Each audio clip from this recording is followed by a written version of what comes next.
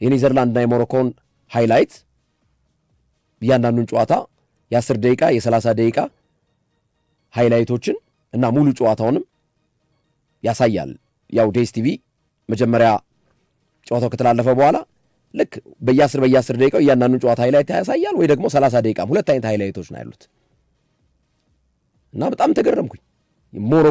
ሞሮኮ ማለፏን ስሰማ አልጠበቅኩም። እውነት ለመናገር እኔ ኔዘርላንድስን ጥላት ሞሮኮ ታልፋለች የሚል እምነትም አልነበረኝም። ስለ ሞሮኮ ጥቂት መንደርደሪያ እንስጥና ስለ ትናንቱ ወይም ስለ ሌሊቱ ጨዋታ ያው ትናንት የምንለው ለእኛ ሌሊት ስለሆነ ነው፣ እንደ ዛሬ ቀን ነው ግን የሚቆጠረው ከ6 ሰዓት ከሌሊቱ 6 ሰዓት ያለፈ ከሆነ እንደ ቀጣዩ ቀን ስለሚቆጠር ማለት ነው። ኮዲ ጋክፖ ነው እስከ 70ኛው ደቂቃ ጎል የለም። በሁለቱም ቡድኖች በኩል ይሞክራሉ፣ ግን ያን ያህል አጥጋቢ የሆነ ነገር ማግኘት አልቻሉም። ቅያሬ ያደረጉ ኮመን፣ ናታናኬ እና በኮፕ ማይነርስ ብሮቢ፣ በቬግ ሆረስት ቅያሬዎችን በኋላ ላይ 72ኛው ደቂቃ ላይ ኮዲ ጋክፖ ጎል አስቆጠረ። ሰመርቪል ነበር አሲስት ያደረገውን ኳስ ሰመርቪል አሁን በማንቸስተር ዩናይትድ በጥብቅ እየተፈለገ የሚገኝ ተጫዋች ነው። አርሰናልም ያው የማይነካካው ተጫዋች የለም። አርሰናልም ስሙ ሲነሳ ነበር ከሰመርቪል ጋር፣ ግን ማንቸስተር ዩናይትድ ጋር ነው ሰመርቪል በብዛት ስሙ ሲነሳ የነበረው እና 1-0 መምራት ጀመረች ኮዲ ጋክፖ ጎል አስቆጥሮ። ከዛ በኋላ ሞሮኮ አከታትለው ቅያሬዎችን አደረጉ። ሳላዲን፣ ያሲን፣ ኤል ሞራቤት፣ ራሂሚ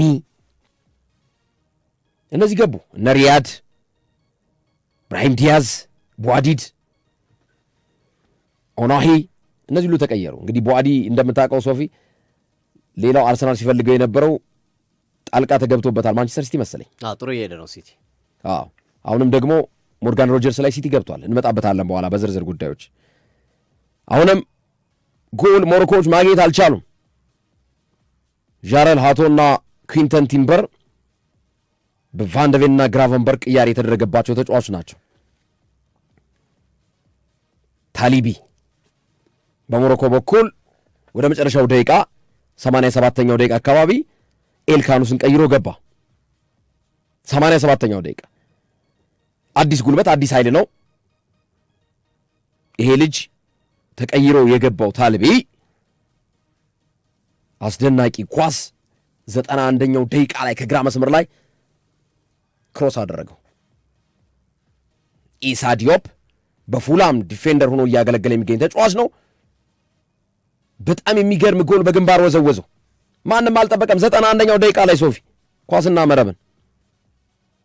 ከዛ ኤክስትራ ታይም ላይ ቀጠለው። ኤክስትራ ታይም ላይም ጎል አልነበረም። ወደ ፔናልቲ ያመሩ። ፔናልቲ ላይ የመጀመሪያው መቼ የነበረው ተቀይሮ የገባው ኮፕ ማይነርስ ነበር። በኔዘርላንድ በኩል አስቆጠረ።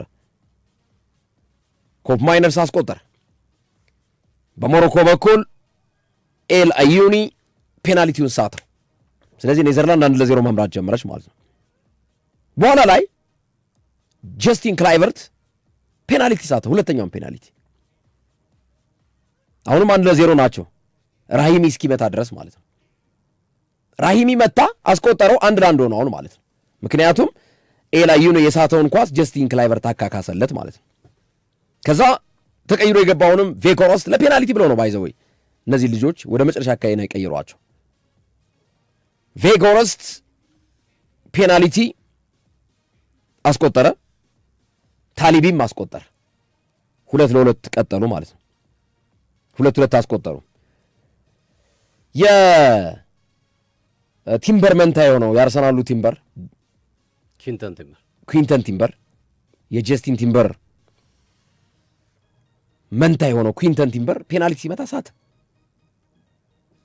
አሁን ሞሮኮ የተሻለ ድል ላይ ተቀመጠች።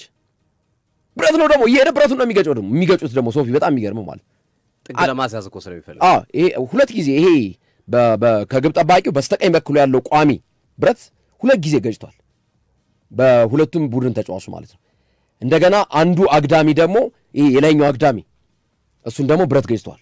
ብረት እየሄዱ ማለት ተከታታይ ነው የነበረው ማለት ነው።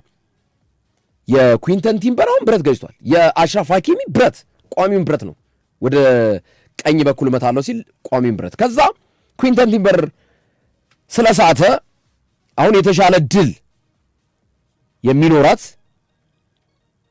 ሞሮኮ ነች።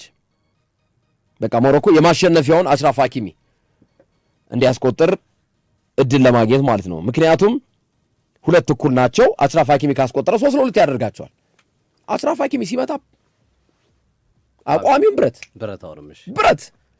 አሁንም 2 እኩል ቀጠሉ። እንደገና ሳመርቪል ኔዘርላንድ 3-2 መምራት የምትችልበትን ኳስ ማለት ሳመርቪል ያገባዋል ተብሎ ሲጠበቅ የሞሮኮ ግብ ጠባቂ በጣም ምን አይነት ኳስ እንዴት እንዳዳነው ሶፊ በጣም የምትገረመው ማለት ነው። አስደናቂ ኳስ አዳነ ቦኖ ማለት ነው። ቦኖ ይታወቃል። ቦኖ ምርጥ ኳስ አዳነ። ሰቢያም እያለ የአውሮፓ ሊግ ተከታታይ ሲበልኩ የሱ ውጤት ነው። አሁን የመጨረሻው ዕድል ያለው ማን ነው? 2 ላይ እንደቆሙ ናቸው ኔዘርላንዶች። ከ2 መሻገር አቅቷቸዋል። ኢስማኤል ሳይባሪ ደግሞ 5ኛውን ፔናልቲ ሊመታ ሄደ። 2 እኩል እንደሆኑ ነው የሄደው ኢስማኤል ሳይባሪ ሰመርቪል ስለሳተ ማለት ነው። ሰመርቪልም ኩዊንተን ቲምብርም ተከታታይ ነው የሳቱት። ሳይባሪ መረቡን ነቀነቀው፣ ወዘወዘው፣ ድብልቅልቁን ያወጣው። ደግሞ ከጎሉ ጀርባ የነበሩት የኔዘርላንድ ደጋፊዎች ነበሩ። ባንዲራውን እያውለበለቡ ነበር። ልክ ሳይባሪ ሲያስቆጥር ባንዲራቸውን ዝቅ ነው ያሉት ሁሉም እንዳለ። የሞሮኮች ናቸው የተነሱት እንዳለ። ኢስማኤል ሳይባሪ ምርጥ ጎል አስቆጠረ። ስለ ሞሮኮና ስለ ትናንቱ ጨዋታ ይህንን አጠቃላይ ማንም ሰው ድራማ የሚመስል ነገር ትንሽ ነገር እናንሳና ከሞሮኮ ምንድነው መማር ያለብን የሚለውን ነገር ብንጨምርበት ተገቢ ነው ብዬ አስባለሁ። ሶፊ እሺ ግርምዬ፣ የትናንትናው ጨዋታ እንግዲህ ያው እንዳልነው ሁለቱም ያልተጠበቀ ነበረ። የፓራጓይ ይበልጥ አስገራሚ ቢሆንም ሞሮኮም ደግሞ እንዲሁ አስገራሚ ነው። ምክንያቱም ሆላንድ የስብስቧ በጣም አስደናቂ ነው።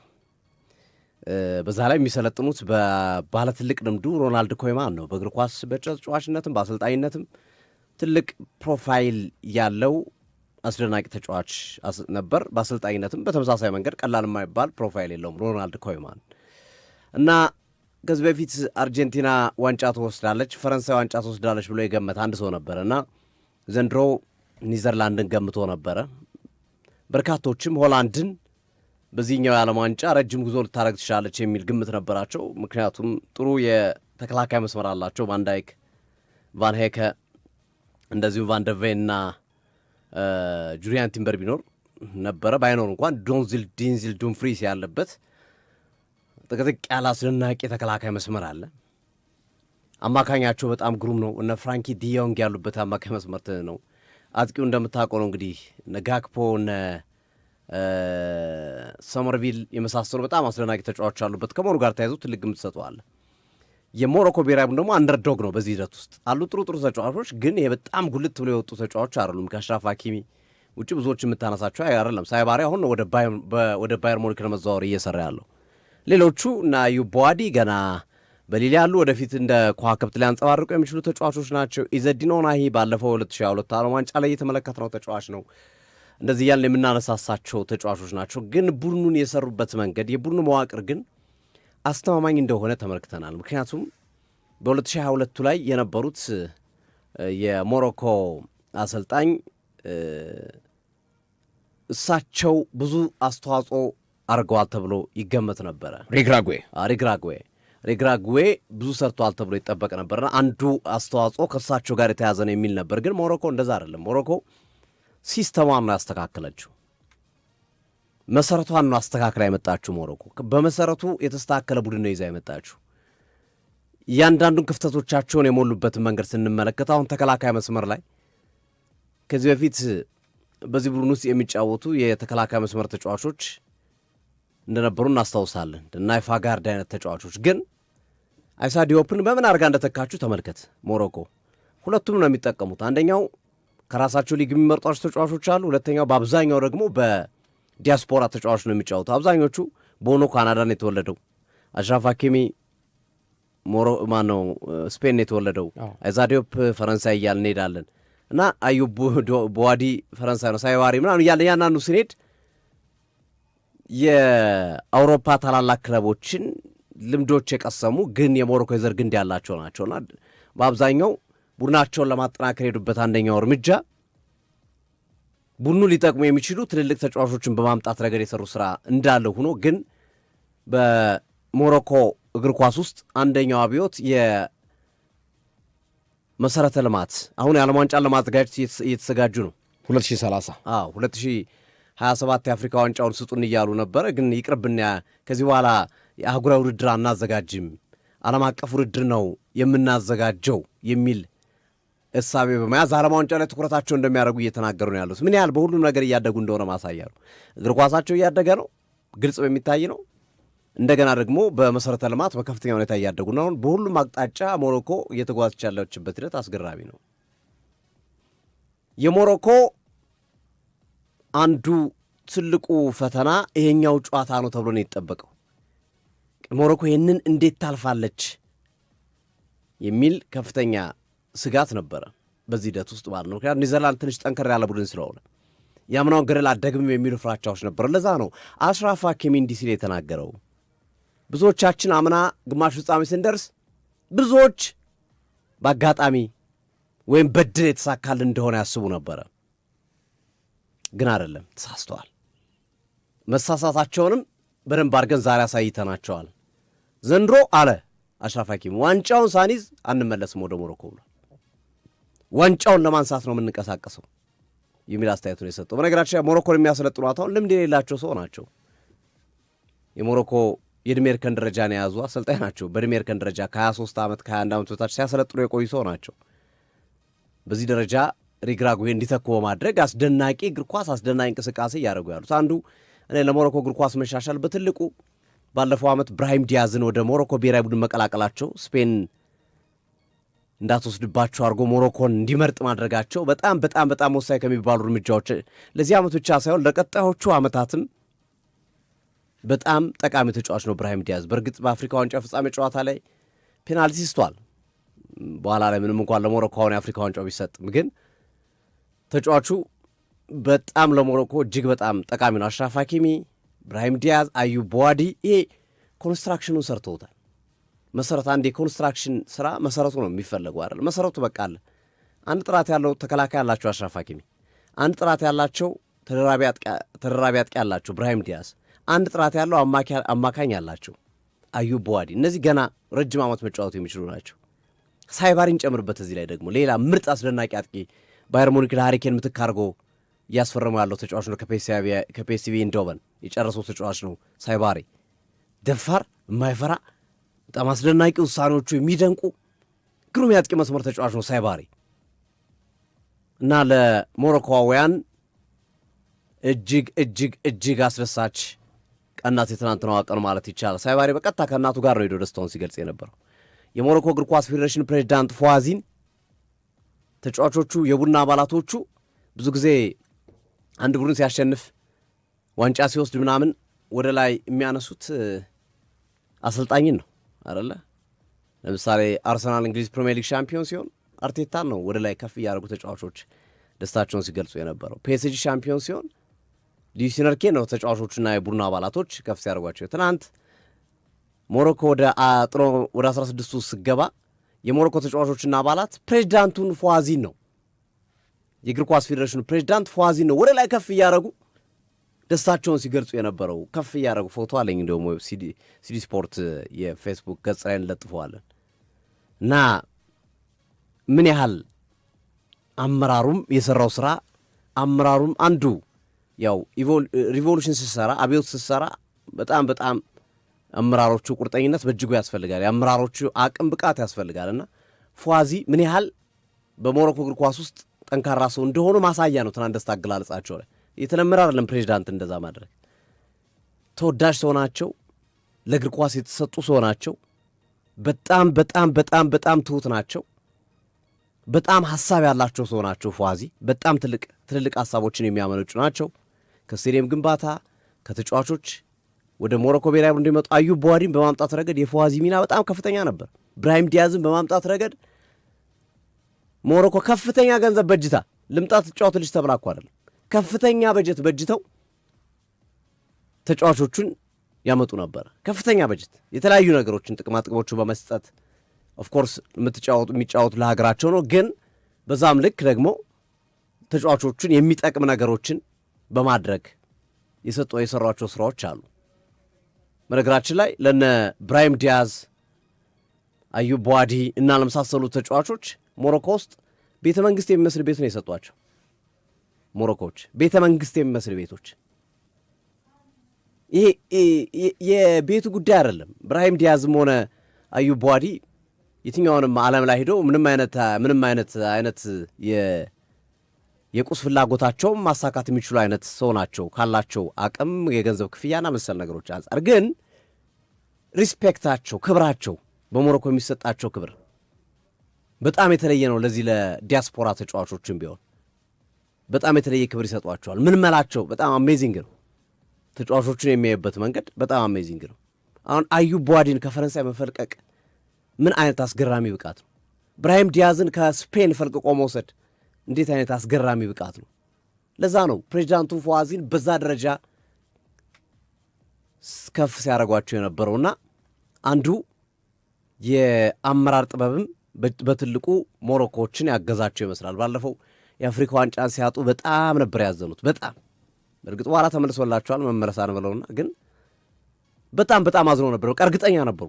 ብዙ ኢንቨስት አድርገውበታል፣ ብዙ ታግለውበታል፣ ብዙ ለፍተውበታል እና በጣም እርግጠኛ ነበሩ። ለዛ ነው እስከ ክስ ድረስ ምናምን ሄዱት በጉዳዩ ላይ። በጣም በቃ አንጀታቸው ቁርጥ ነው ያለው በዛ የአፍሪካ ዋንጫ አጡት እና አሁን ደግሞ በዛ በአፍሪካ ዋንጫ ከተመለከትናቸው ተጫዋቾች ይበልጥ ጥራት ያላቸው ተጫዋቾች ጨምረዋል። በተለይ አይሳ ዲዮፕና አዩብ ቧዲ ቡድኑን በጣም አሳድጎላቸዋል እና አሁን ሞሮኮ በዚህ ልክ ስኬታማ እየሆነች ከሄደች በቀጣዮቹ ጊዜያቶች ለሞሮኮ ብሔራዊ ቡድን አልጫወትም የሚል ተጫዋች የሚኖር አይመስለኝም።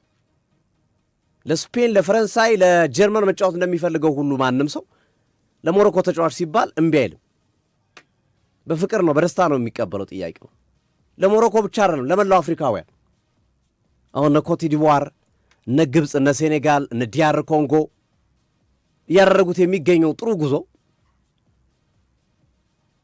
በቀጣይ ለአፍሪካ እግር ኳስ ትንሳኤም በጣም ጠቃሚ ነው ብዬ ነው የማስበው። ምክንያቱም ከዚህ በኋላ አፍሪካ ሄጄ መጫወት ላይሳካልኝ ይችላል የሚል ግምቶች አይኖሩም። አፍሪካ ሄደ ተጫወተ ዓለም ዋንጫ ግማሽ ፍጻሜ መግባት እንደሚቻል፣ ዓለም ዋንጫ ሩብ ፍጻሜ መግባት እንደሚቻል፣ ምናልባት እንግዲህ ዘንድሮ ደግሞ ዋንጫ መብላት እንደሚቻል ሞሮኮዎች ሊያሳዩን ይችላሉ ብዬ አስባለሁ እና ብሬክ ስሩ ነው ለአፍሪካ እግር ኳስ በጣም ትልቅ ለውጥ ሊያመጣ የሚችል ተጽዕኖ የሚፈጥር ለበርካቶችም ሊማሩበት ለሚችሉት መንፈሳዊ ቅናት ፈጥሮ ትልቅ ለውጥን ማምጣት የሚቻልበትን አማራጭ መፍጠር ይቻላል። ግን ለእኔ አሁን ላይ አፍሪካ ውስጥም ልዩነቶች እየመጡ ነው። አሁን እነ ሴኔጋል፣ ካሜሮን፣ ናይጄሪያ፣ ግብፅ፣ ሞሮኮ እንደዚህ አይነት ሀገራቶች የእግር ኳስ ስታንዳርዳቸውን ከፍ አድርገውታል፣ በጣም ሰቅለውታል ወደ ላይ።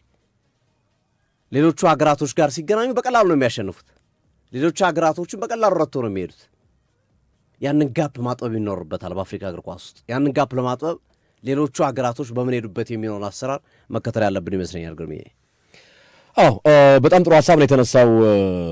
ሶፊ ያነሳው ከሞሮኮ ጋር በተገናኘ ባይዘወይ ትልቅ ትምህርት ከሞሮኮ እግር ኳስና ከሞሮኮ እግር ኳስ ፌዴሬሽን መማር ያስፈልጋል። የኢትዮጵያን እግር ኳስ ለመለወጥ ብለን ስለምናስብ ነው።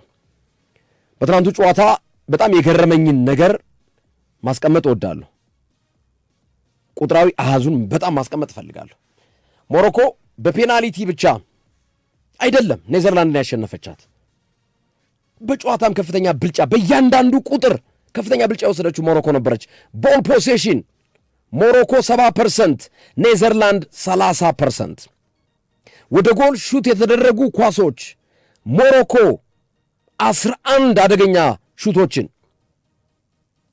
ኔዘርላንድ 6 ኳሶችን ነው ሹት ያደረገችው የሞከረችው። ኦን ታርጌት ኢላማውን በትክክል አግኝቶ ግብ ጠባቂውን መፈተን የቻለ ኳስ በሞሮኮ በኩል ከ11ዱ ሙከራዎች 5ቱ ኢላማቸውን አግኝተዋል። ኔዘርላንድ ደግሞ ከ6ቱ ሙከራዎች 2ቱ ነው ኦን ታርጌት የሆነው። ቢግ ቻንስ ያለቀላቸው ዕድሎች በጨዋታው ላይ ሞሮኮ መጨረስ ትችል ነበር። ባይዘዌ ቢግ ቻንስ 5 ሙከራ 5 ዕድል ያለቀለት የጎል ማግባት ዕድል ሞሮኮ። ኔዘርላንድ 1 ቢግ ቻንስ 1 ኳስ ብቻ። የማዕዘን ምት ሞሮኮ 8 የማዕዘን ምት፣ ኔዘርላንድ 5 የማዕዘን ምት።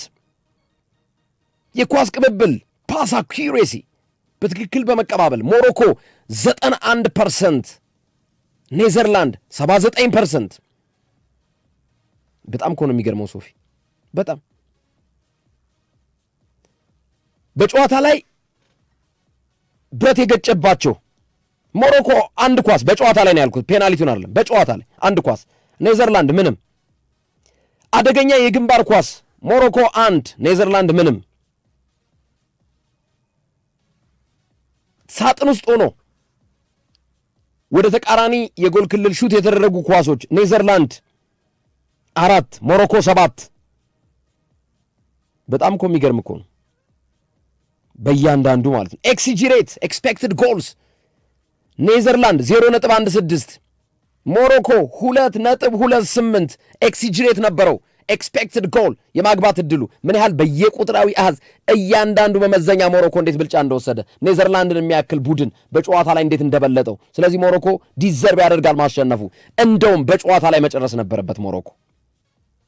ኔዘርላንድ በጣም ምን ያህል በሞሮኮ ብልጫ እንደተወሰደበት ይሄ ቁጥር ከዚህ ቀደም ከአፍሪካ ቡድኖች ጋር አውሮፓ ቡድኖች ሲጫወቱ እንደዚህ ነበር። ሞሮኮዎች በእያንዳንዱ ቁጥራዊ አሃዝ ነው ብልጫ የወሰዱት ኔዘርላንድ ላይ። ማንም ያልጠበቀው ነው። ተቃራኒ ሳጥን ውስጥ ብዙ ኳሶችን የነካችው ሞሮኮ ነች። 20 ኳስ ነክታለች። ቅጣት ምቶች ሞሮኮ 18 ፍሪ ኪክ፣ ኔዘርላንድ 15 እና ብልጫ የወሰደችው ሞሮኮ ነበረች። በጣም የሚገርም ቁጥራዊ ብልጫ የወሰደችበት ነበር። በየትኛውም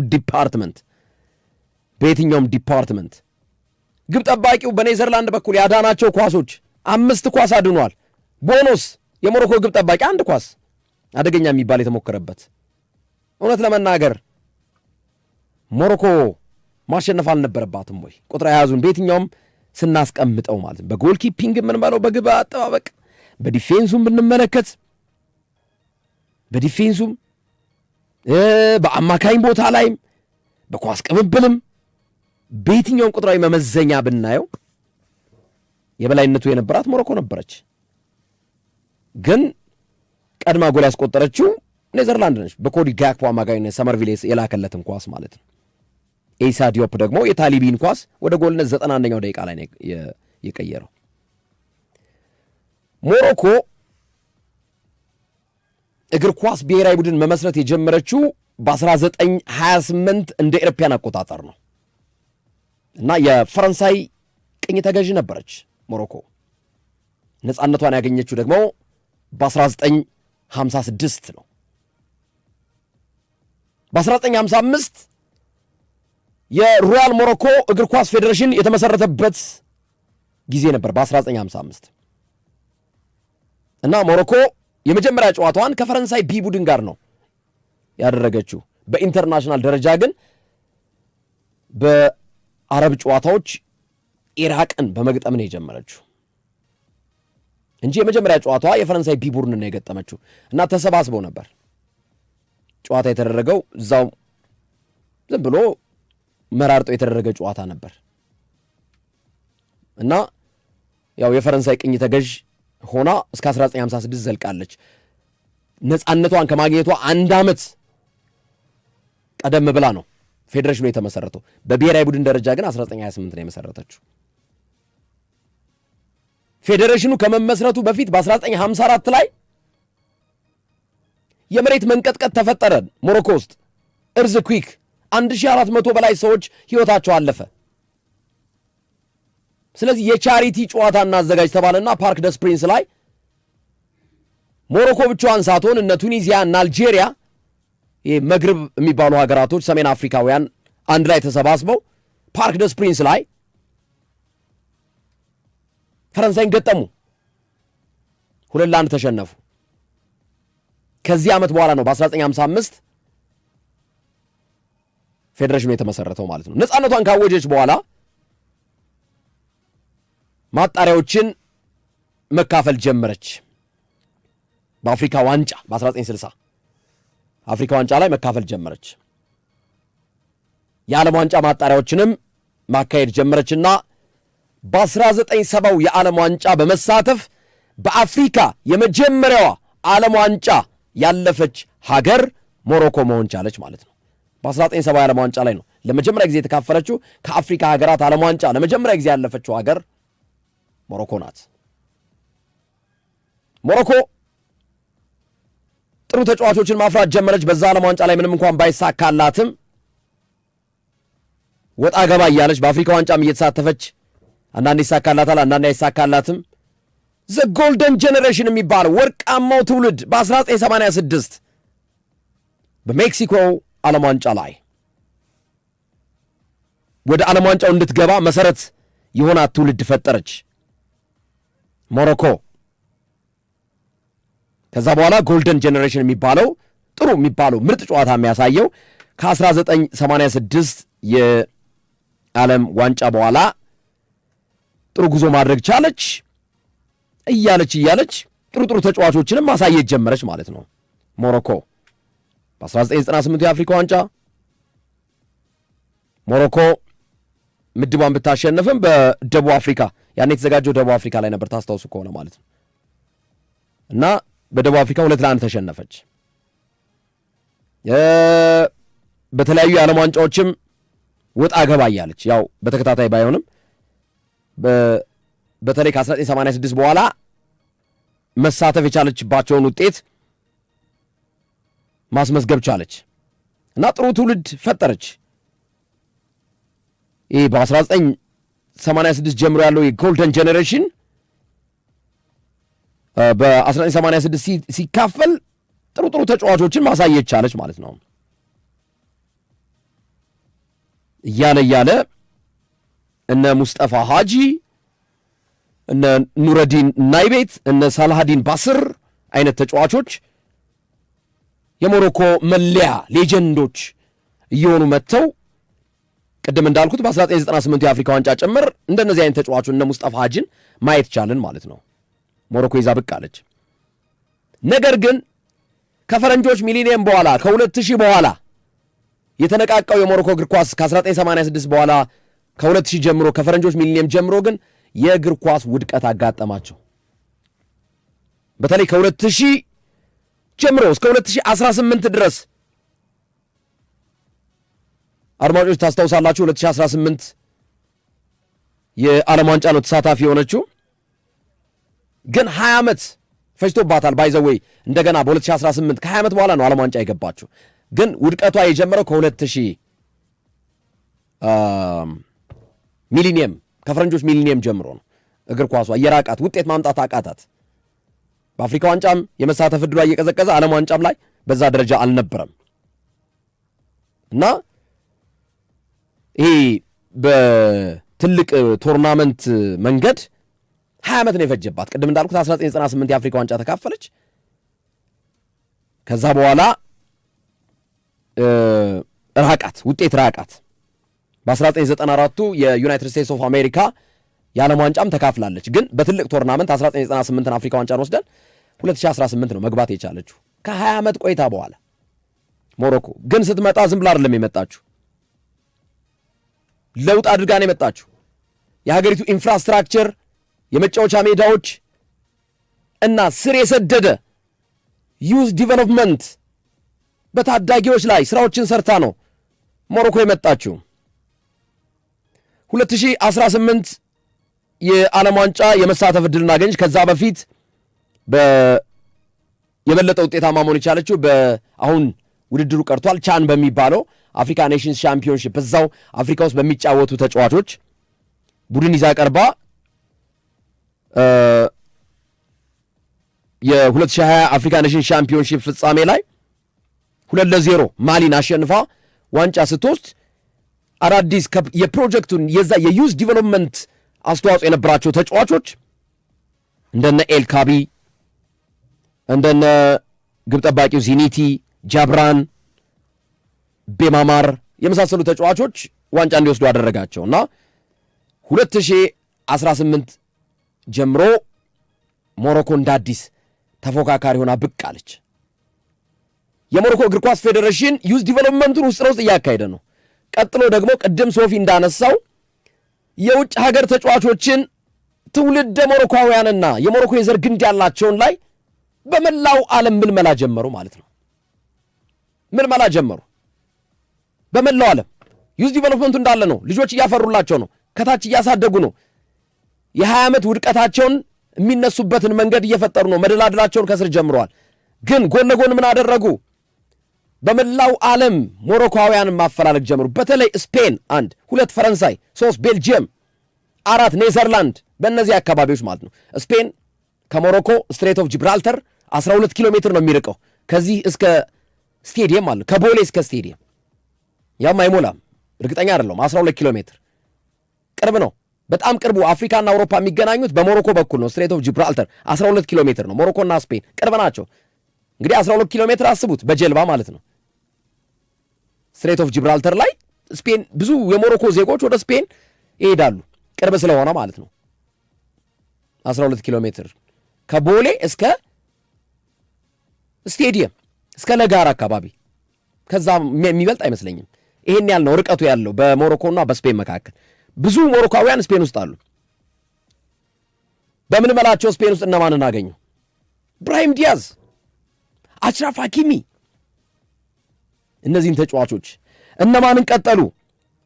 ላሳጥረውና ያሲን ቦኖ ከካናዳ ግብ ጠባቂው፣ ኖሳይር ማዝራዊ የማንቸስተር ዩናይትድ ተጫዋች ከኔዘርላንድ ውስጥ ነው የተወለደው። ኢሳ ዲዮፕ የእሱ ደግሞ በጣም የሚገርም ነው። የዘር ቆጥረው ነው ኢሳ ዲዮፕን ያስፈረሙት።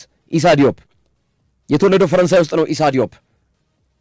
ሶፊያን አምራባት ኔዘርላንድ ውስጥ ነው የተወለደው። አዩድ ቧዲ ይህ አሁን ብዙዎች የሚፎካከሩበት ፈረንሳይ ውስጥ ነው የተወለደው። ሸምሰዲን ታሊቢ የ26 ዓመት ሸምሰዲን ታሊቢ የ21 ዓመት ይቅርታ ተጫዋች ነው። ቤልጅየም ነው የተወለደው። ኢስማኤል ሳይባሪ የመጨረሻውን ፔናልቲ ትናንት የወዘወዛት ተጫዋች ማለት ነው። ስፔን ነው የተወለደው። ቅድም እንዳልኩት ብራሂም ዲያዝ አለ። ሌሎችም በሙሉ በየአቅጣጫው በባትሪ ፈልገው መለመሉ። ብሔራዊ ቡድኑን አቀናጁ። ኳታር ዓለም ዋንጫ ይዘው ቀረቡ። በአፍሪካ ታሪክ ሞሮኮ በዓለም ዋንጫ ምርጥ 4 ውስጥ በመግባት ፖርቹጋልን የሚያክል ቡድን ገንድሳ በመምጣት 4ቱ ቡድን ውስጥ የገባች ብቸኛዋ ሀገር ሆነች። ትናንት ደግሞ ሌላኛዋን ሀገር አውሮፓዊቷን ኔዘርላንድን አፈራርሳት ሞሮኮ በፔናልቲ ቢሆንም ወደ ቀጣይ ዙር ማለፏን አረጋግጣለች። አስገራሚ ጉዞ ነው የሞሮኮ አብዮት፣ የእግር ኳስ አብዮት። ምንድነው መቅሰም ያለብን ከዚህ? እንዴት ነው እግር ኳሳችን መለወጥ ያለብን የሚለውን የሚያስተምር ነው።